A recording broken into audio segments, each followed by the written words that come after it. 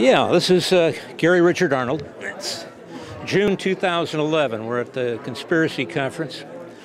And one of the things that is ignored a little bit is the ongoing Agenda 21. We're talking about the chemtrails. We're talking about the wars in Libya. We're talking about the conspiracy of socialism. But during the same time, in every hamlet, every city, every county, we have a process of Sovietization going on, and it's called Agenda 21.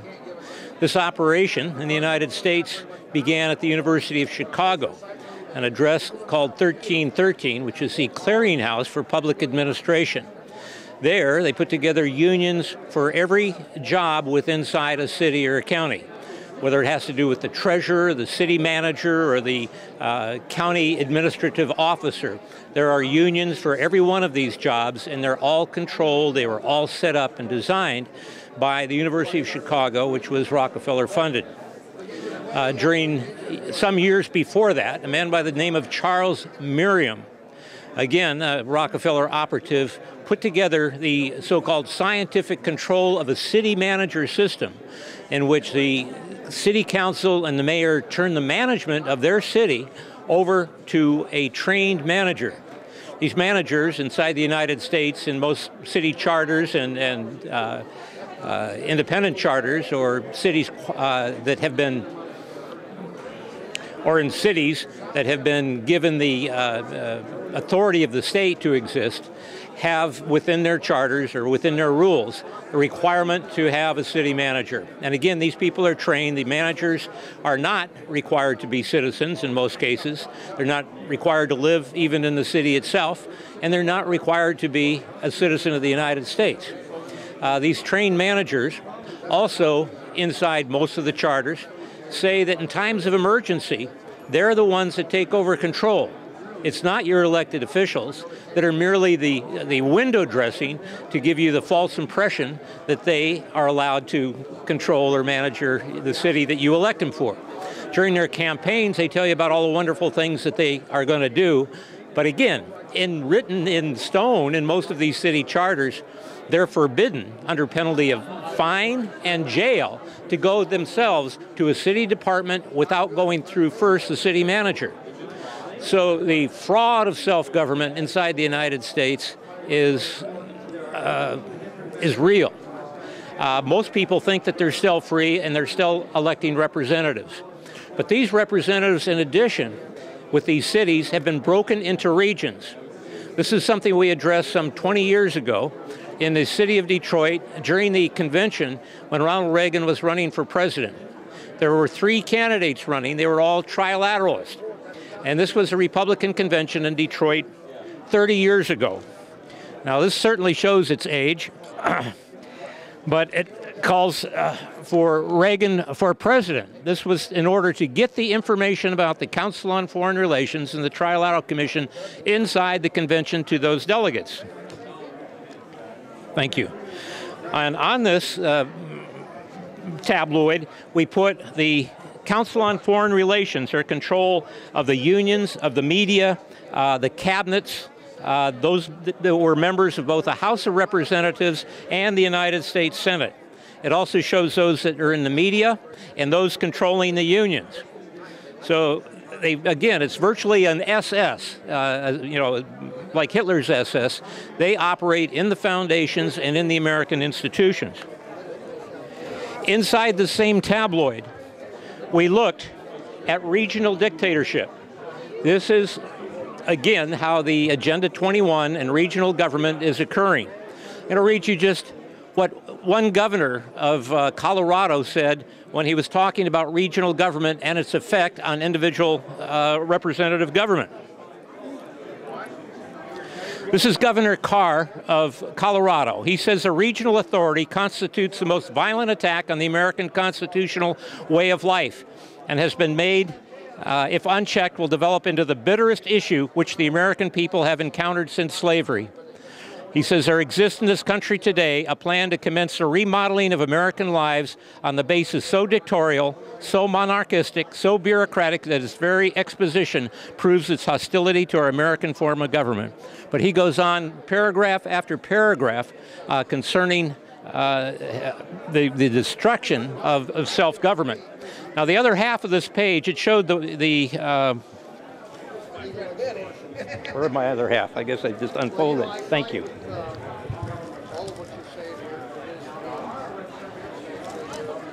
When we were doing our expose, we were showing already how the regional agencies were converting Europe. Remember, this is 30 years ago, and we're talking about Great Britain being regionalized here.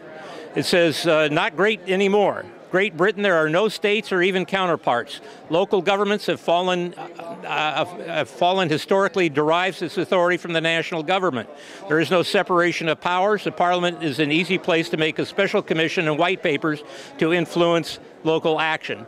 There's information in here on when Belgium was regionalized in 1970, France was regionalized in 1964. We refer to it as a new Nazism. This was the preface before the European Union. At that same time, we were exposing that Ronald Wilson Reagan was for 13 years a member of the United World Federalists, working with Cord Meyer, CIA, in order to advance his career, and he did propaganda throughout his life for the benefit of the world conspiracy. When Ronald Reagan was governor of the state of California, he issued through executive orders, and we have the number on here, the regionalization of the state of California. California now, its cities and states are broken into regions inside the state, which are in our Monterey area is called AMBAG, the Association of Monterey Bay Area Governments. The local cities and counties meet out of sight from the newspapers that never attend or report of these meetings. They make policy at these regional meetings. Also, the people that are funding these regional meetings are part of the the international community, including local foundations such as Packard and Rockefeller, the utilities organization in the northern part of California is referred to as PG&E. They are one of the major funders. They take taxpayers' money, or ratepayers' money, and they use it to create policy. Both PG&E and these regional agencies belong to ICLEI, which is a front for the World Bank. And what happens during this time throughout the state of California is the power plants are being picked up by Blackstone, which is former head of the Council on Foreign Relations. The vice chairman of Blackstone is Alan Schwartzman, who's a member of Skull and Bones.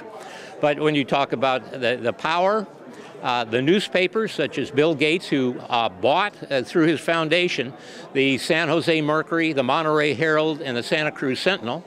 The other newspapers in our region are owned by the Gannett newspapers, which is operated out of McLean, Virginia, right alongside the CIA. In addition, in our counties here, we had the Santa Cruz local Agenda 21. It's not local in any way, shape, or form. When we read on the inside cover, we find out the United Nations organizations from New Haven to San Francisco to Santa Cruz funded this report, in which all policy is designed by these supporters, by the United Nations. It is designed to create a North American Union, just like they've created a European Union, and to convert us to a feudalism and the absolute abolishment of representative government. One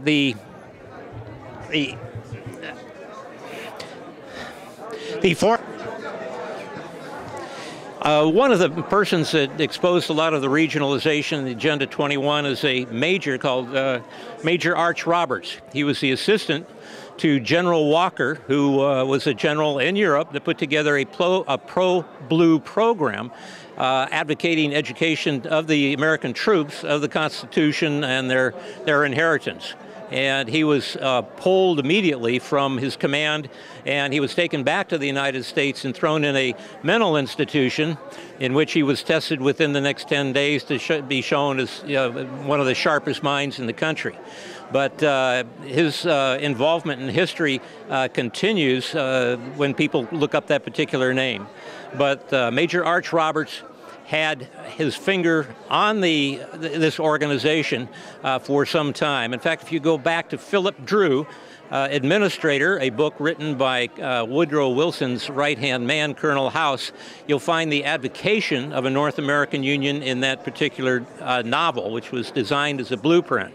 He also advocated a dictatorship. The hero in that particular book is a person that took over militarily and nationalized most of the private organizations, the exact model that Obama is following presently. And he seems to be the boy from Brazil, the designed president that is ushering in the new world Nazism.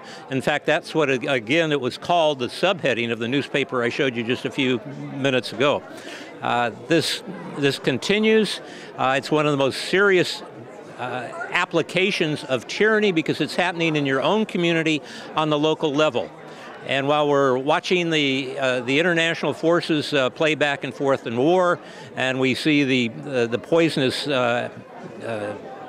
we're inhaling the poisonous death dumps, but through the chemical trails, we're being anesthetized in that way. But we can also immediately seize, go back to our local governments and have a representative on there. They are responsible for what comes down in the air, or what goes in your water, or how the fields are being changed with their acidity or alkalinity.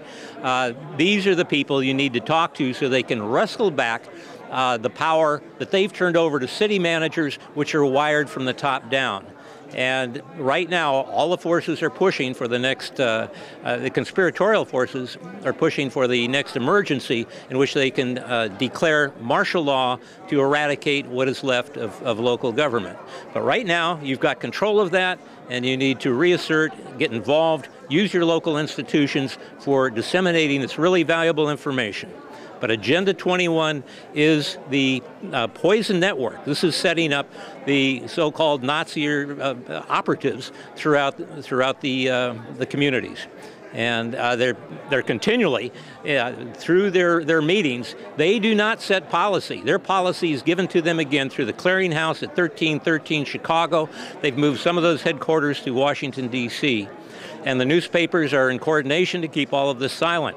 By the way, during this next week, the Bilderbergers are meeting once again in Europe, and the newspapers that Bill Gates owns, both Bill and Melinda Gates are members of the Bilderberger Society. They will once again keep the people in the dark in our community. I don't know about yours.